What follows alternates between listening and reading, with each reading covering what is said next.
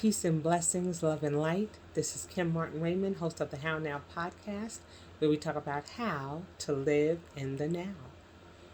I want to take a moment to talk about this beautiful tapestry behind me, as some of my subscribers and a few of those who have seen my lives have inquired about it. Now, I received the tapestry from a website called tapestryhut.com. Unfortunately, they were going out of business. They were having a sale, and so I was able to purchase it. So the company no longer exists, but they have several chakra tapestries that are available on Etsy and other, you know, platforms where you can find this beautiful chakra tapestry. So I want to talk a little bit about chakras and what they are, because I'm also a Violet Light Reiki Master, and I received my certification back in February of last year. And so when I saw this tapestry, I was just blown away, and I wanted to have it in my home, and I wanted to be reminded of those chakras and the importance of them being balanced. And so I want to take a moment to talk about each one of the chakras, and hopefully it'll whet your palate, or you'll take some interest in it and may look into chakras for yourself.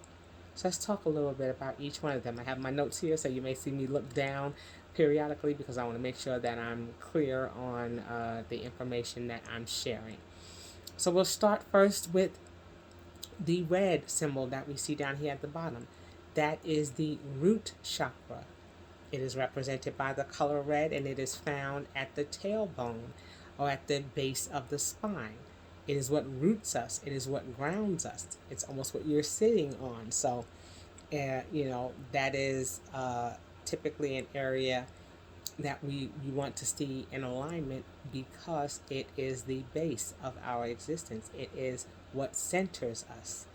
And typically, the organs that are associated with the root chakra are the spine, the bladder, the blood, kidneys, and the male and female reproductive organs, the vagina, the testes, the legs, and the feet.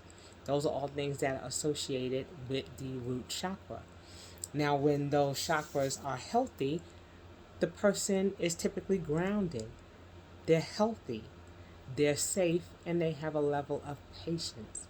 That's something that we experience when our root chakra is healthy.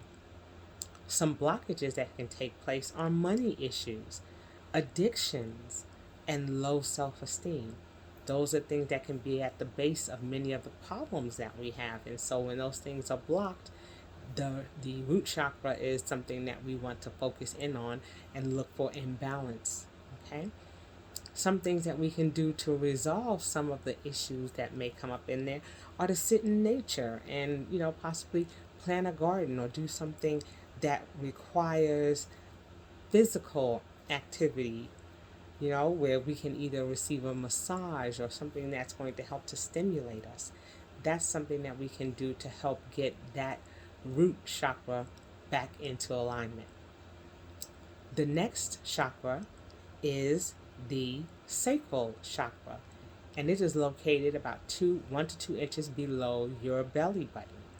Okay, it is represented by the orange color, and the organs that are associated with that one are your lymphatic and circulatory system, your kidneys, your adrenals, your skin, your female reproductive organs, because it's in that area, 1 to 2 inches below your belly button. That's right there in your area where you conceive. And so when that area is in balance, or when it's healthy, you're spontaneous, you're social, you're passionate and trusting. That's what happens when your sacral chakra is in alignment. When we experience some blockages, what we may see is a lack of spontaneity. You may be a little rigid in your beliefs, and you may experience sexual issues. So those are some of the things that may be blocking or may be affecting your sacral chakra area.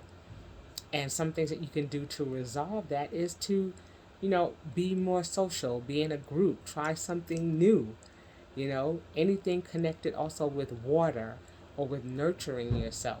Those are some things that you may see that will help you in getting balance into your sacral chakra. Moving up to the next chakra, which is your solar plexus. And that is located between, above your belly button, but below your sternum. So it's kind of in your stomach area. And some of the organs that are affected by that area are your nervous system, your stomach, your gallbladder, and your large and small intestines. And when they are balanced, what happens is we see that your person is confident, that they're warm, that they're empowered and they're energetic. Okay, we see those wonderful compliments in a person whose solar plexus is in balance. But if there are blockages, sometimes what we'll see is powerlessness, stomach related issues, and sometimes anger issues. So it's important to make sure that area is balanced. Some things that you can do is write down things. Journaling is something that is recommended when you have issues with your solar plexus, so you can get those things out of your system, those things that are angering you. Watch things that are have comedy in them that will make you laugh, or watch a sad movie that will make you cry. Things that will evoke emotions in you. That's something that's very good to do if there are blockages in your solar plexus area. Next, we're going to move on to the heart chakra. It is a beautiful green color, okay? And it typically deals with your circulatory system, your respiratory system, your arms and your hands, your shoulders, your ribs, your breasts, your diaphragm, your thymus glands. Those are things that are affected by your heart chakra. And when it's healthy, of course, you're compassionate, you're forgiving, okay? You're balanced and you're understanding. And that's something that we see when our heart chakra is in balance. Now, if there are blockages, you may have heart-related issues, coldness towards others, and you may have feelings of despair. And so those are things that you want to watch that are heart-related, okay? Things that you can do to help with that is to take yourself on a date. Take care of yourself. Do some self-care items. Volunteer in your community and forgive someone, and reach out to those who may be in need. Those are things that are going to, help you express love. And that's a good prescription in dealing with any blockages that are taking place in your heart chakra area. Next, you have the throat chakra. It is usually represented by the color blue. Okay, and of course it is located in your throat area. Okay, and some of the organs that are associated with those are your thyroid glands, your larynx, your trachea, your ears, your nose, your teeth, your mouth, your throat, and your carotid arteries. Those are things that are affected by your throat chakra. Now, when it's in balance or when it's healthy, what you tend to see is good self expression, good creativity. You tend to be honest and communicative. All of those things that happen with your throat. So that's what happens when they are healthy. Now, if there are blockages, you may see sore throat, or you may see a lack of creativity, or an inability to express yourself effectively. So those are some of the blockages that you may experience. But one thing that you want to do to help to get rid of those blockages are to express yourself through arts, through song, through writing, any type of things that will evoke creativity and that will give you that voice that you may be lacking. So that's a way to eliminate some of the blockages when you're talking about your throat chakra. Okay, next we're going to move up to the third eye chakra. And the third eye chakra is usually represented by a indigo color or a purple color. Okay, and what happens when you're, what happens with the association of the organs is your pineal glands, your eyes, your nose, your ears, and your skeletal system. Those are things that can be affected by your third eye. It's also, again, that area that's right here in the center of your forehead. And I noticed, because it happened just when I went to an appointment recently, that they are no longer using the thermometers to check in that third eye area. They're going with the inside of your wrist, just so that they're not causing any interference in that third eye area. So, they're making sure that they're not causing any blockages there.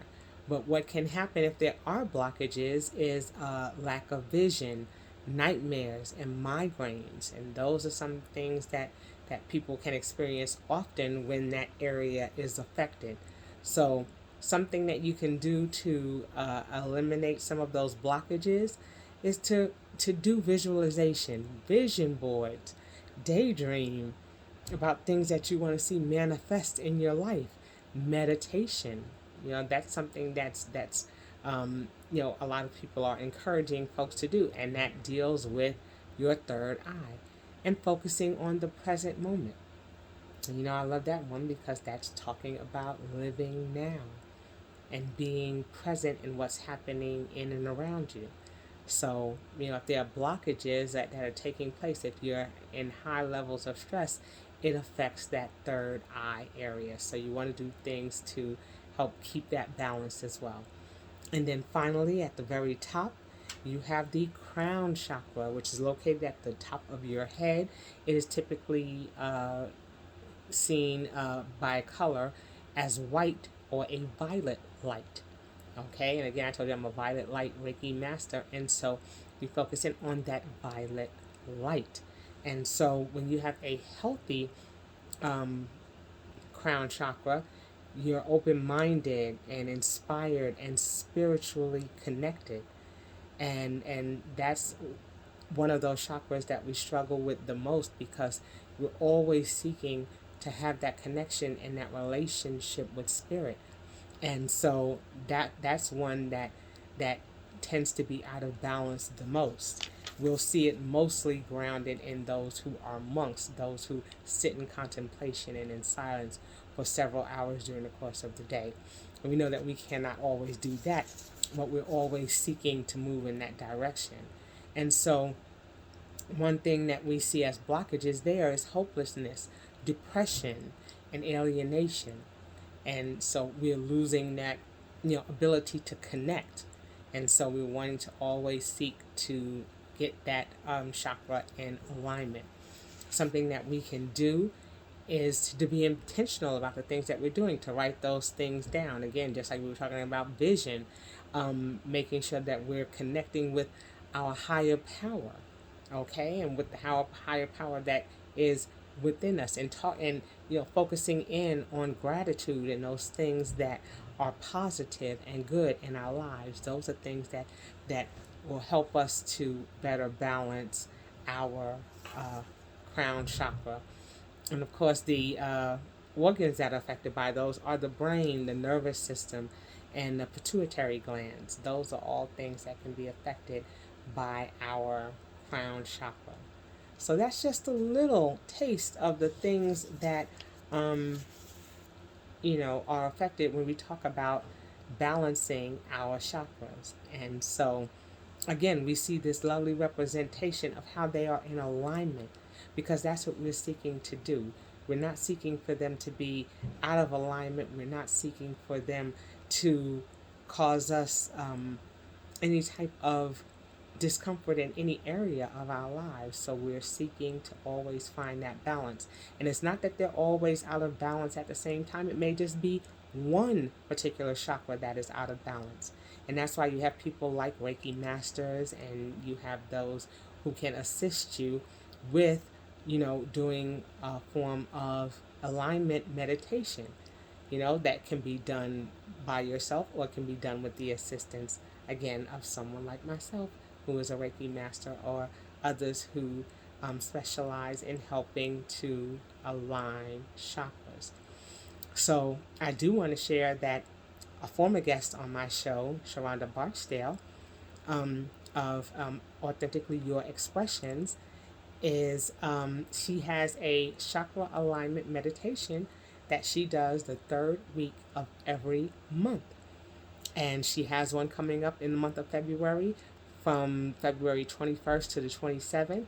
And each day, what she does is she talks about the chakra, that particular chakra for that day.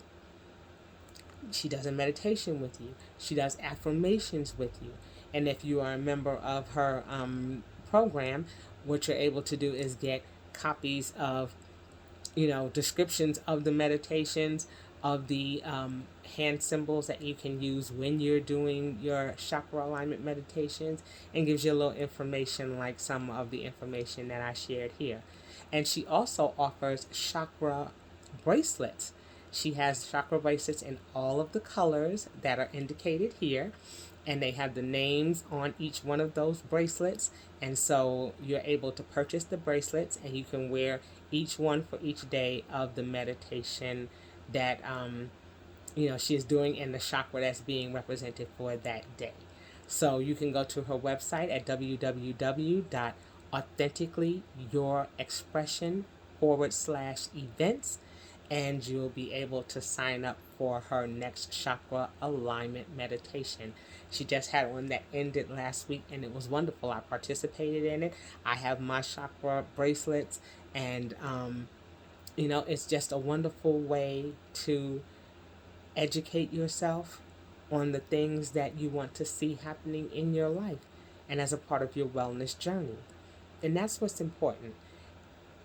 You cannot make a conscious decision about things that you want to do or things that you want to experience in your life without taking time to learn about them, to know about them. And it's not just enough for someone to tell you. It's always good to take time out to do the research, do the legwork. Go in and type in chakras and type in, what do they mean? And what is a chakra? Find those things out for yourself so that you're comfortable about the decisions that you make to practice certain things or to have certain aspects. This is chakras is typically seen in the Hindu religion, and there are some who are like, well, it's Hindu religion, and I'm Baptist, or I'm of a different religion, and so I don't know that I'm doing something against against the spirit or against God. It is always best to take time to learn about those things that you practice or that you have a curiosity in, and then make that decision based on what you've learned about whether you want to incorporate it into your wellness journey. So this is something that I've chosen to incorporate into mine. I hope that you'll take the opportunity to find out a little bit more. And if you're interested, that you'll go and sign up with Sharonda for her chakra alignment meditation class. Again, it's going to be taking place February 21st through the 27th. So if you're interested, hop on her website and check it out. So that's it for me. I just wanted to make sure that I had a chance to share with you a little bit about this lovely tapestry behind me. I hope that it was informative.